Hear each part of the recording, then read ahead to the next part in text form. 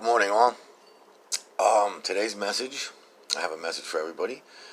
Today's message is for a very special person, none other than the president of our country, Mr. Donald J. Trump. I want to start out this video by saying I spent my whole life being a blue-collar, my parents were both, my dad worked at a steel mill, my mom had me when she was in high school, so you can pretty much deduce that we were blue-collared, and so we voted all through the 70s. It was Jimmy Carter, and, we hated Reagan. Like, in my house, we hated Reagan, because as soon as Reagan came along, the steel mill that my dad worked at closed, so I always thought that automatically Republicans bad and Democrats are always good. Even at the beginning of this election in 2016, I felt that way, because I'd been told that all my whole life. Like Democrats are for the people and Republicans wear penny loafers and golf, and they're not like you.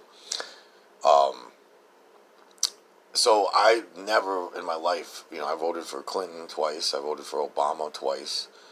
I voted for, I was too young at the time, but I wanted to vote for Michael Dukakis. Was I old enough to vote for him? Was that 88 or 92? I forget. But anyway, I never really voted anything in my life but Democrat. So I started out your administration just like everybody else.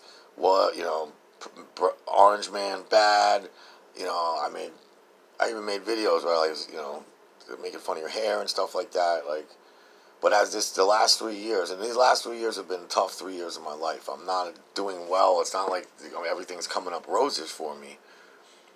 But the reason I'm making this message, Mr. President, is because I want you to understand that in the last 3 years of your presidency, number one, you've done a lot of things. But for me individually, you've turned my life around as far as the way I view the government.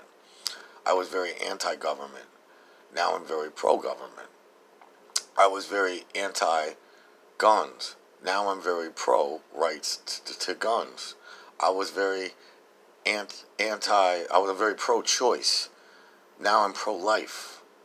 And it's not because I watch YouTube all the time and I've been hyped up, and it's not because, you hypnotized me into doing this. But through actions louder than words, you've turned this economy around. With actions louder than words, you've snuffed all your haters and really did make America great again, I think. You've made me proud to be an American. You've made me want to be part of my local government, and I have become so. I'm running for my city council in the next year, and I plan on running in 2025 for mayor of my city of Allentown, Pennsylvania, where I'm from. So I want to congratulate you, Mr. Trump. Despite all the hate and all of the people the naysayers and the negativity that you deal with since before even trying to run, much less take office, you've sidestepped all of that brilliantly. You've silenced all of your critics. You've repeatedly laughed in the face of impeachment.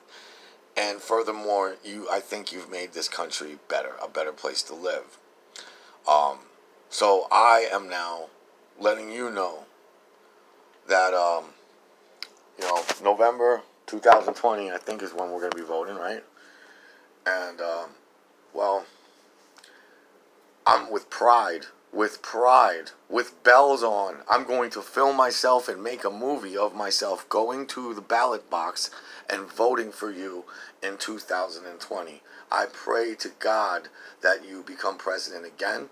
And I almost wish we could do some FDR type stuff and get you reelected some more, because I think the reason I love you so much, Don, and I think that you're the most democracy I've ever tasted in my life as an American, all 47 years I've been here, is because I knew you before you were president. I know you a little bit. You've had reality shows. You've had interviews. You're in the press. You're in media. So I'm familiar with you. When I voted for Obama, I didn't know who the fuck he was. And I voted for a guy who has to ask his wifey if he can go to the bathroom. And, who says he's all about peace, but dropped more bombs than anybody. And, whatever. I didn't know him. I didn't know Clinton. I had to go on what color their party was. Blue, red, whatever. You're different. And not, by all means, I'm not saying I'm a Republican or full-blown conservative, but I am. You have helped the process of me switching through mostly actions, not words. So, again, I've seen more of you in interviews with Don King at boxing arenas than I did of any other president before they were president. You understand? I know you. So therefore, I feel that I had more of a stake in you. I trust you more because I can count on your character. I know your character. And whether people like it or hate it, it's getting the job done. So, sorry about the little slip there. I'm a vulgar man. You are too. I don't think there's such a thing as vulgar. I think there's just honesty. But anyway, I will, with pride, with bells on, yes, my hair looks like crap, but with bells on, I'm going to be wearing this little bad boy. I don't know if you can see that. It says, here in Allentown, we have another word for good.